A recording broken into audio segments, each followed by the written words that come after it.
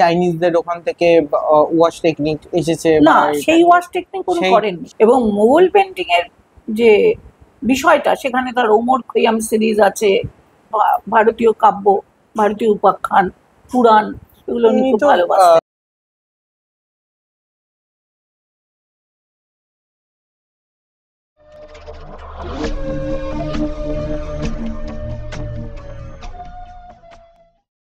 নমস্কার, আমি রাহুল কুন্ডু। আলপনা art studio present Tapati শিল্পকথা নিয়ে আবার আমরা আপনাদের সামনে চলে এসেছি। আজকে আবার আমাদের সঙ্গে আছে ডক্টর তপতি পালদেব। আবার আপনাকে আমরা স্বাগতম জানাই আমাদের শোতে। ম্যাম, আজকে আমরা যে বিষয় নিয়ে আলোচনা করব সেটা হচ্ছে অবনীন্দ্রনাথ। বেসিক্যালি ম্যাম, অবনীন্দ্রনাথ ঠাকুরের ব্যাপারে আমরা মোটামুটি সবাই কিছু না কিছু ব্যাপারে জানি, কিন্তু পুরো ডিটেলে ওনার ব্যাপারে হয়তো আমরা কেউই জানি না। সবার প্রথমে আপনার কাছে আমার যে প্রশ্নটা থাকবে সেটা হলো যে ঠাকুর বাড়ির সঙ্গে ওনার সম্পর্কটা কি? জোড়াসাঁকো ঠাকুর বাড়িতে যদি গিয়ে থাকো, দেখবে ওদের দুটো বাড়ি। একটা হলো এ পাশে যেটা মিউজিয়াম হয়েছে রবীন্দ্র ভারতী, আর এ পাশের একটা বাড়ি আছে যেটা রবীন্দ্র ভারতী সোসাইটি যেখানে আছে। আচ্ছা, গগনেন্দ্রনাথ, সুনয়নী দেবী, অবনীন্দ্রনাথ, এনারা ওই বাড়িতেই নাকি থাকতেন।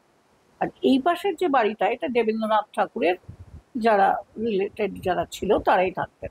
আচ্ছা, তাহলে তাহলে কি মানে মানে যেমন বাঙালিদের একটা অনেকটা মানে মিসকনসেপশন একটা জিনিস আছে যে রবীন্দ্রনাথ ঠাকুর ও অবনীন্দ্রনাথ ঠাকুর ভাই বা এরকম কোনো ভাই অনেকটা। দ্বারকানাথের 3 পুত্র ছিল, তার মধ্যে একজন গিরীন্দ্রনাথ আর একজন দেবেন্দ্রনাথ। দেবেন্দ্রনাথের পুত্র তোমরা জানো রবীন্দ্রনাথ ঠাকুর। হ্যাঁ। আর গিরীন্দ্রনাথের আবার 2 পুত্র ছিল, একজন হলো জ্ঞানেন্দ্রনাথ আর একজন হলো গুণেন্দ্রনাথ। এই গুণেন্দ্রনাথের পুত্র হলেন অবনীন্দ্রনাথ ঠাকুর এবং গগনেন্দ্রনাথ ঠাকুর এবং সুনয়নী দেবী, এছাড়াও আরেকজন ছিলেন। তো স্বাভাবিকভাবে অবনীন্দ্রনাথ ঠাকুর এই ঠাকুর বাড়ির আবহে বড় হয়েছেন এবং ঠাকুর বাড়িতে সমস্ত চর্চা, মানে সাহিত্য, সঙ্গীত, শিল্প, বিজ্ঞান, ইতিহাস, এমনকি মানে ইনস্ট্রুমেন্টাল মিউজিক যাকে আমরা বলি, এই সমস্ত চর্চাই ছিল। এবং সেখানে পণ্ডিত ব্যক্তিরা সবাই আসতেন, বিদেশ থেকে যারা আসতেন এদেশে বিভিন্ন বিষয় নিয়ে চর্চা করতে বা বিভিন্ন বিষয়ের উপরে বিভিন্ন ভাষণ দিতে, তারা সবাই কিন্তু ঠাকুর বাড়িতে আসতেন। তো অবনীন্দ্রনাথ ঠাকুর শিল্পী হিসাবে তোমরা জানো যে তার অনেকগুলো মানে বিশেষ বিশেষ কাজ রয়েছে। তার মধ্যে যেমন একটা বেঙ্গল স্কুল। বেঙ্গল স্কুলের আসল উদ্দেশ্য ছিল যে ভারতীয় যে শিল্পধারা বা ভারতীয় যে শিল্প চেতনা, সেটা নতুনভাবে উন্মেষ ঘটানো। মানে আপনি বেঙ্গল স্কুল অফ আর্টের কথা বলছেন? হ্যাঁ, Bengal school of art. Bengal school of আর্টে অবশ্য ওনার দাদা গগনেন্দ্রনাথ ঠাকুরও ওনার সঙ্গে ছিলেন, যেটা এখন পার্ক স্ট্রিটে আছে। বেঙ্গল স্কুল অফ আর্ট যেখানেই থাকুক, ওটা আগে শুরু হয়েছিল জোড়াসাঁকো, এবং জোড়াসাঁকোর বাড়িতেই সেটা শুরু হয়। এবং বেঙ্গল স্কুলে সে সময় ইংরেজ অনেক যারা এখানকার তখন বেশ প্রধান প্রধান কর্তা ছিলেন, তারাও ওখানে ওই যে সোসাইটি বা বেঙ্গল স্কুল অফ আর্ট, সেখানে তারা আসতেন বা সেখানে তারা অনেক অনুদানও দিয়েছেন।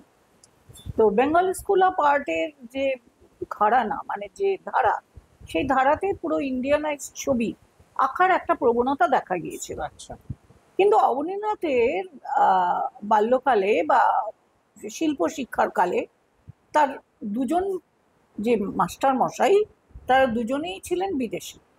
একজন হলেন পামার, আরেকজন হলো ও গিলার্দি, উনি ছিলেন ব্রিটিশ।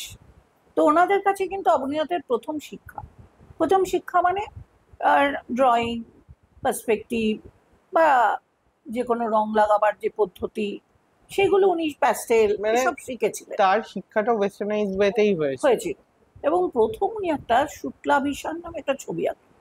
সেই ছবিটার মধ্যে কিন্তু একটু ওয়েস্টার্নাইজড একটু একটা ব্যাপার ছিল, যেটা আর কি অবনীন্দ্রনাথের নিজেরও ভালো লাগেনি।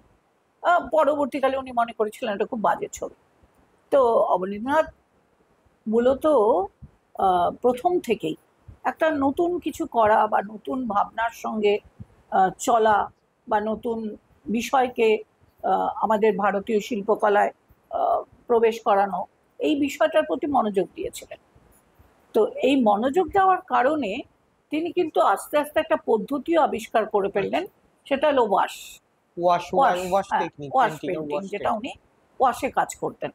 এই ওয়াশটা কিন্তু তোমরা জানো তাইকান, ওকাকুরা, হুম, এরা কিন্তু সবাই ঠাকুর হ্যাঁ বাড়িতে হ্যাঁ, এসেছিলেন, আচ্ছা, এবং সেই কারণে এই এদের সঙ্গে কিন্তু অবনীন্দ্রনাথের সাক্ষাৎও হয়েছিল। আর এদের কাছ থেকেও একটা যা হয় ভাব বিনিময়, সে ভাব বিনিময় হয়েছিল। অনেকেই মনে করেন যে অবনীন্দ্রনাথ ওয়াশ পদ্ধতি যেটা করেছেন সেটা হয়তো ওদের চাইনিজ যে ওয়াশ আছে তার থেকে নেওয়া, কিন্তু তা নয়।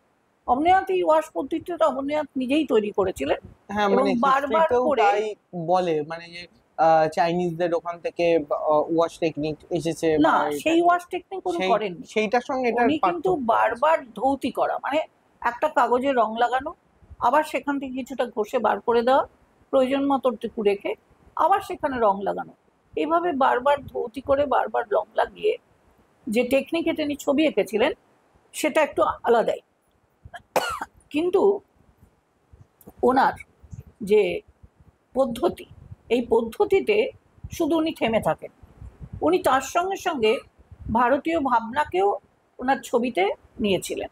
তার যে বিষয়গুলো ছিল, এই বিষয়গুলোর মধ্যে সবই ভারতীয় যে জীবনযাত্রা, ভারতীয় কাব্য, এইগুলোরই বেশি আহ, প্রকাশ ছিল।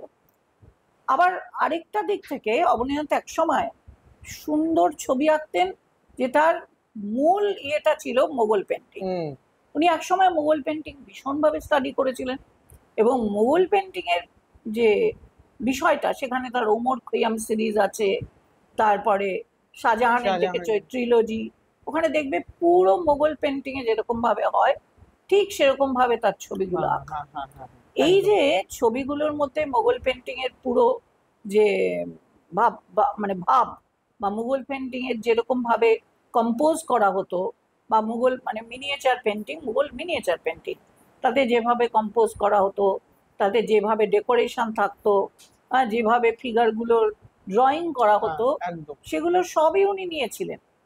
সেগুলো সবই উনি মোটামুটি ওখান থেকে নিয়েছিলেন, কিন্তু তিনি নিজের মতো করে সেগুলোকে কম্পোজ করেছেন। বিষয়টা ছিল একটু অন্যরকম। এইটা ছিল অবনীন্দ্রনাথের একদম পুরো নিজস্ব একটা ব্যাপার, যেটা তিনি করতেন। কিন্তু প্রথম জীবন থেকেই আমি বললাম যে ভারতীয় কাব্য, ভারতীয় উপাখ্যান, পুরাণ, এগুলো উনি উনি খুব তো ভালোবাসতেন। কৃষ্ণলীলা সিরিজেরও তো হ্যাঁ, উনি ড্রয়িং এই করেছিলেন। কৃষ্ণলীলা সিরিজ তিনি প্রথম জীবনে একটা এঁকেছিলেন, এবং সেখানে কিন্তু কৃষ্ণলীলা সিরিজের একটু মানে অন্যরকম করেছিলেন। কিন্তু শেষ বয়সে তিনি যখন আবার কৃষ্ণলীলা সিরিজ আঁকলেন, তখন কিন্তু সেটা পুরো সরল লৌকিক হুম, একটা, তার ড্রয়িং একটু মোটা দাগ, মানে মোটা দাগ মানে একটু রেখাগুলো মোটা, এবং তার ড্রয়িংও খুব লৌকিক এবং সরল। এবং সেখানে কিন্তু কৃষ্ণকে একেবারে আমাদের যে আমাদের লৌকিক কলায় যেভাবে দেখানো হয়, আমাদের লৌকিক যে রীতিগুলো আছে তাতে যেভাবে দেখানো হয় সেরকম ভাবে দেখিয়েছেন। তো অবনীন্দ্রনাথ দেখা যাচ্ছে যে অবনীন্দ্রনাথ প্রথম থেকে শেষ অবধি তিনি কিন্তু এই ভারতীয় ভাবনার মধ্যেই নিজেকে সীমাবদ্ধ সীমাবদ্ধ রেখেছেন। রেখেছেন। আর আরেকটা জিনিস হলো, আমাদের তখন পরাধীন ভারতবর্ষ, অবনীন্দ্রনাথের পুরো সময়টাই পরাধীন ভারতবর্ষে কেটেছে।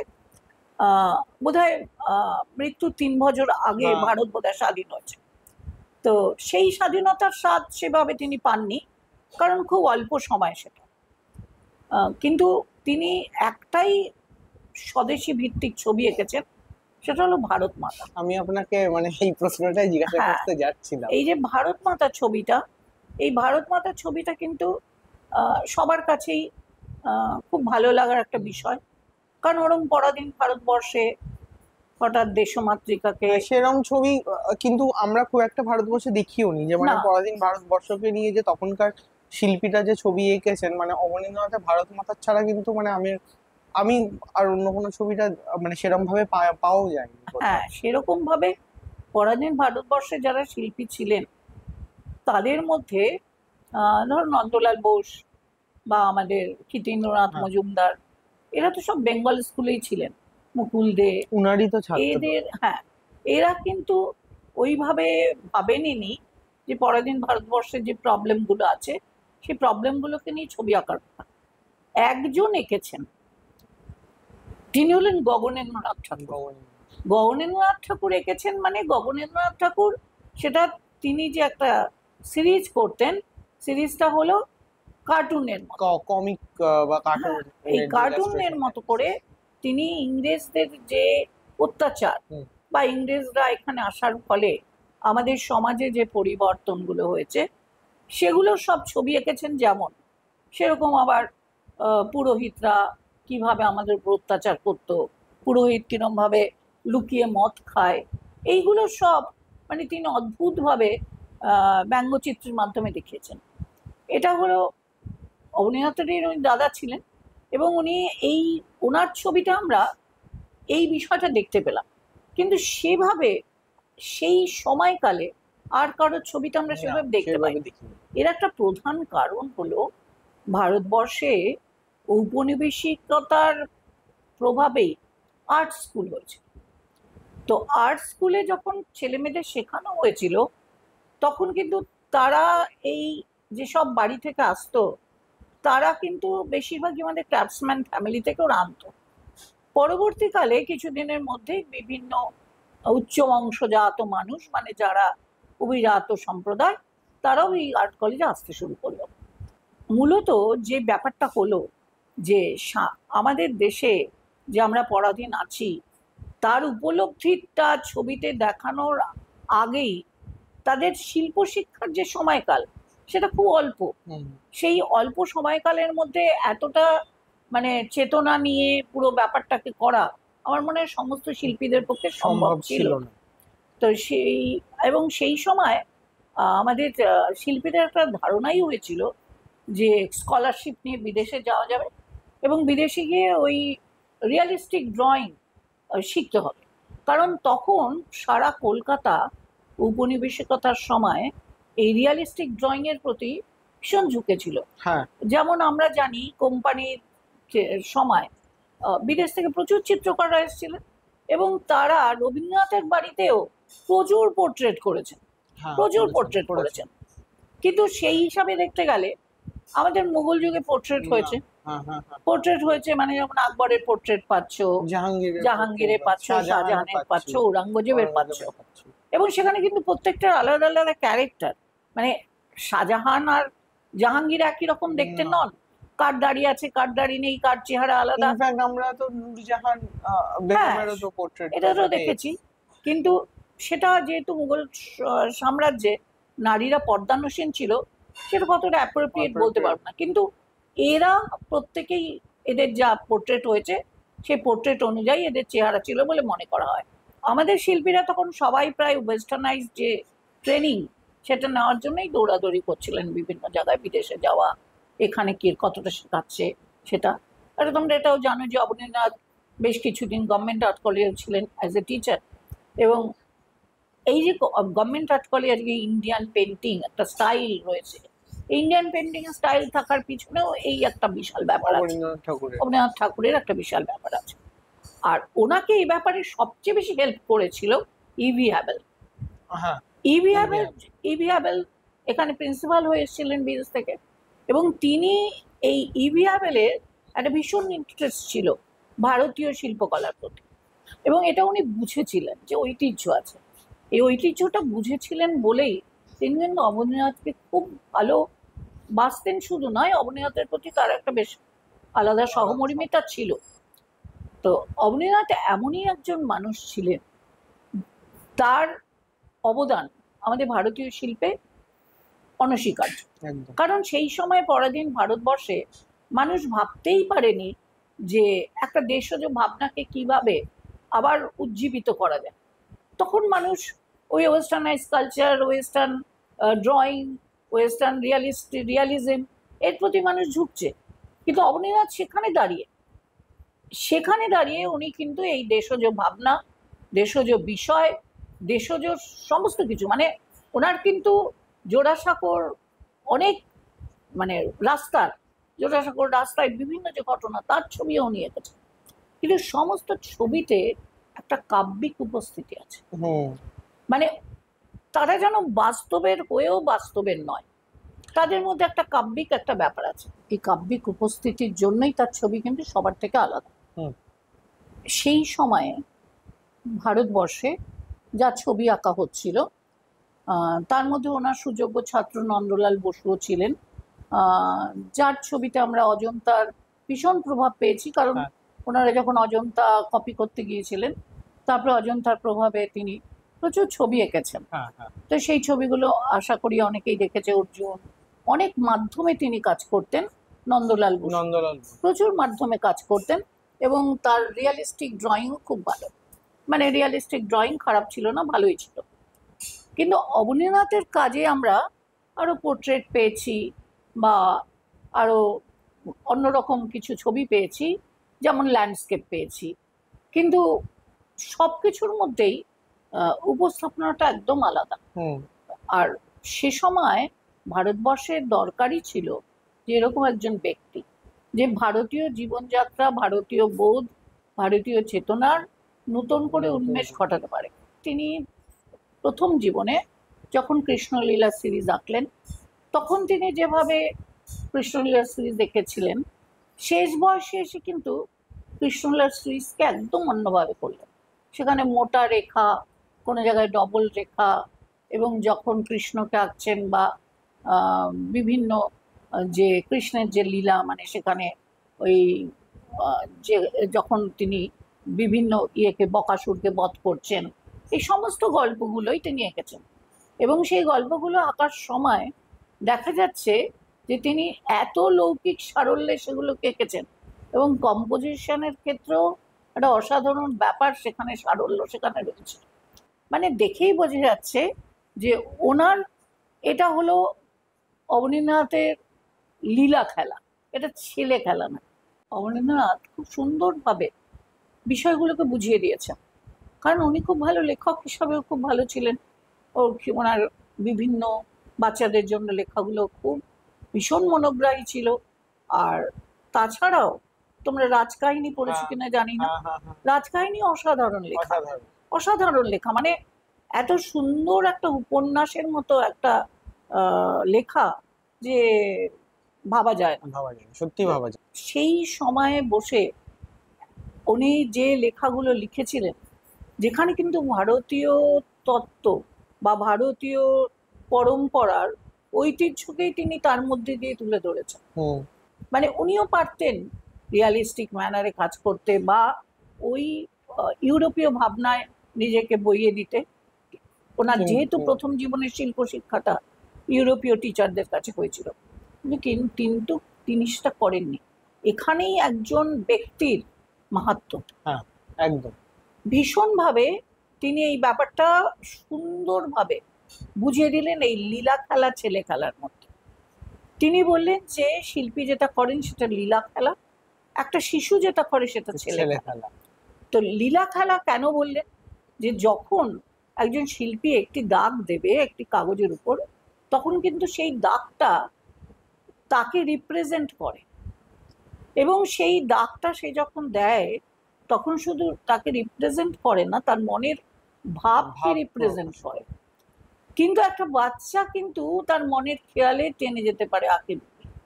কিন্তু একজন শিল্পী একটা দাগ দেওয়ার পরে আরেকটা দাগ দিতে গেলে তাকে যথেষ্ট ওয়াকিবল হতে হয় যে আমি এই দাগটা কেন দেব, কখন দেব, কোথায় দেব। এই জিনিসটাকে তিনি লীলা খেলা বলছেন।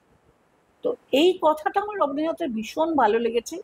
তিনি এত সহজভাবে, এত সুন্দরভাবে তিনি বিষয়টাকে বুঝিয়ে দিলেন যে আমাদের শিল্পকলার জন্য আমাদের কি করা উচিত, সেটা উনি এই একটা কথার মধ্যে দিয়ে, তিনি লীলা খেলা কথাটার মধ্যে দিয়ে তিনি বুঝিয়ে দিচ্ছেন। ওনার যে একটা বই আছে বাগেশ্বরী শিল্প ভ্রমণাবলী, সেটা হলো ভারতীয় যে রাগ রাগিনী, তোমরা জানো আমাদের 6টা রাগ, তার 36টা রাগিনী আছে, এর উপরে লেখা। সেই বইটিও একটা ক্লাসিক্যাল বই। এখন ওই বাগেশ্বরী শিল্প ভ্রমণাবলীর কথা বোধহয় অর্ধেক লোকই জানেন না। মানে বেশিরভাগ মানুষই ভুলে গেছেন যে আমাদের প্রাচীন ঐতিহ্যটা কতখানি মানে রিচ। কারণ আমরা বলি যে ভারতবর্ষের ভাবনা হলো চিত্র সত্যের ভাবনা। আমাদের দেশে যে গাছ আঁকা হচ্ছে, অনেক ছবিতেও দেখা যাবে যে গাছ আঁকা হচ্ছে, কারণ যেহেতু উনি মুঘল পেন্টিং থেকে painting খুব অনুপ্রাণিত হয়েছেন, স্টাডি সেই করেছে। গাছ কিন্তু বোঝা যাচ্ছে যে এটা আম গাছ না জাম গাছ না সাইপ্রাস না অন্য কোনো গাছ, কিন্তু সেই গাছ কিন্তু আমাদের ওই রিয়ালিজম না না নির্ভর না, গাছ এটা নয়। অদ্ভুত, মানে কিন্তু আমি গাছের মানে চরিত্রটা কিন্তু বুঝতে পারছি হ্যাঁ, যে ওটা কি গাছ। হ্যাঁ, এটাকে বলা হয় চিত্রসত্য, মানে পিক্টোরিয়াল রিয়ালিটি। বিদেশে অনেক দিন বাদে এই পিক্টোরিয়াল রিয়ালিটি আমরা দেখেছি ছবিতে এসেছে, কিন্তু আমাদের ভারতবর্ষে এই পিক্টোরিয়াল রিয়ালিটি কিন্তু আমরা প্রথম থেকেই দেখতে পেয়েছি আমাদের কাজে। যে আমাদের তো প্রাচীন ঐতিহ্যের মধ্যে আমরা অজন্তা দেখেছি, অজন্তাকে দেখেছি। যেখানে আমরা ছবি কিছু দেখতে পেয়েছি, এখন নষ্ট হয়ে যাচ্ছে, কিন্তু তাও কিছু ছবি আমরা বিভিন্ন জায়গায় প্রিন্টে বা বিভিন্ন বইয়ে, পুরনো বইয়ে আমরা দেখতে পাই। তো সেখান থেকে আমাদের কিছু একটা ধারণা হয় মাত্র। সরাসরি ছবি দেখতে হলে অজন্তায় গিয়েও খুব একটা লাভ হচ্ছে না, মানে খুব একটা দেখা যাচ্ছে না কিছু, ব্যাপারটাকে অত ভালোভাবে উপলব্ধি করা যাচ্ছে না এখন আর।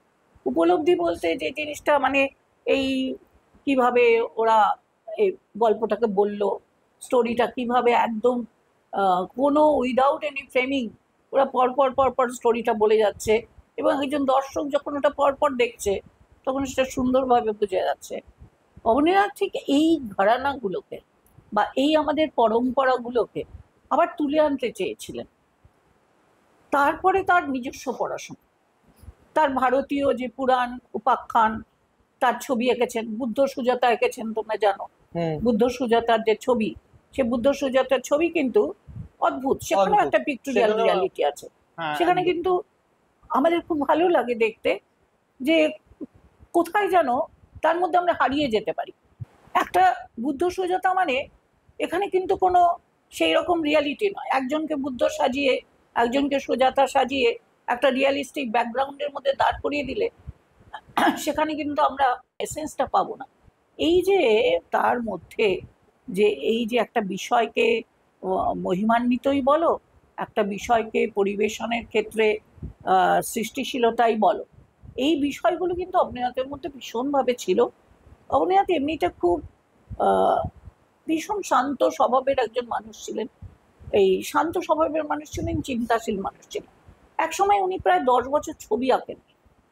তারপরে তোমরা আরেকটা জিনিস জানো যে এই কুটুম কাটাম যেটা বলে, এই বিভিন্ন ছোট ছোট কাঠের টুকরো এগুলো দিয়ে বিভিন্ন ফর্ম তৈরি করা, যেটা মানে একটু মজার, তার সঙ্গে একটা ক্রিয়েটিভ ব্যাপারও তার সঙ্গে রয়েছে।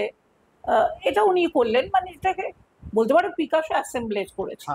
অবনীন্দ্রনাথ সম্পর্কে সব কথা বলার পরে একটা কথা বলতেই হয় যে অবনীন্দ্রনাথের ভাবনা যে কতটাই গভীর ছিল সেটা ওনার লেখাতে না পড়লে সেটা বোঝা যায়। ওনার একটা ভারত শিল্পের সরঙ্গ বলে একটা বই আছে, সেই বইয়ের কতগুলো লাইন আমি আমার স্টুডেন্ট লাইফে পড়েছিলাম, তারপরে আমি জীবনে কোনোদিন ভুলতে পারিনি যে এত সুন্দরভাবে একটা জিনিসকে বলা, বোঝানো, এত ভালোভাবে বলা যায় আমার ধারণা হয়নি। রূপভেদা প্রমাণানি ভাব লাবণ্য যোজনাম সাদৃশ্যং বা রূপর্ণিকা ভঙ্গম এটি চিত্রম সরঙ্গকম, মানে চিত্রের 6টা ইয়ের কথা বলেছে, নীতির কথা বলা হয়েছে। এই 6টা নীতির মধ্যে ভাব একটা আছে।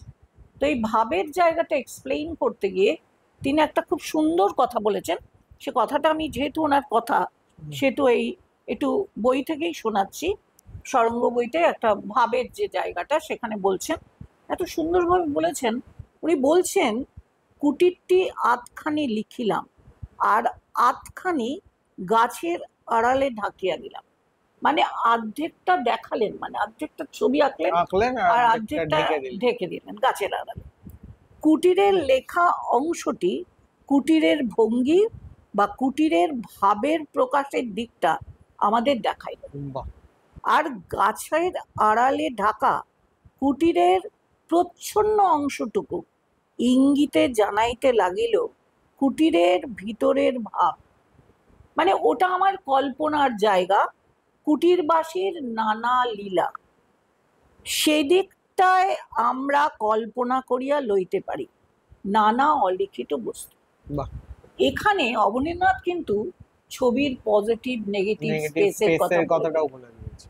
অদ্ভুতভাবে আমরা ওয়েস্টার্ন ছবিতে পজিটিভ স্পেস, নেগেটিভ স্পেস, আমরা কত কিছু বলি, কতটুকু দেখাতে হবে, কতটুকু দেখাতে হবে না, একটা ব্যঞ্জনা বলতে যেটা বোঝায়, বা আমাদের কতটুকু প্রকাশ করতে হবে, কতটুকু অপ্রকাশিত রাখতে হবে একটা ছবির ক্ষেত্রে, সেটা এত সুন্দরভাবে এক্সপ্রেস করতে পারেন। এইটা না পড়লে, এই অংশটুকু না পড়লে বোঝা যাবে না। সত্যিই তাই। মানে এত ভালোভাবে উনি এক্সপ্রেস করতে পারতেন। আর আসলে উনি তো শুধু শিল্পীই ছিলেন না, উনি একজন লেখক ছিলেন, এবং লেখক থাকার কারণে তিনি শিল্প চর্চায় যা উপলব্ধি করতেন সেটাকে তিনি সুন্দরভাবে তার লেখায় সেই ভাবটাকে তিনি প্রকাশ করেছেন। আজকে এইখানেই শেষ করি। রাহুলকে অনেক ধন্যবাদ যে আমার সঙ্গে এতক্ষণ থাকার জন্য।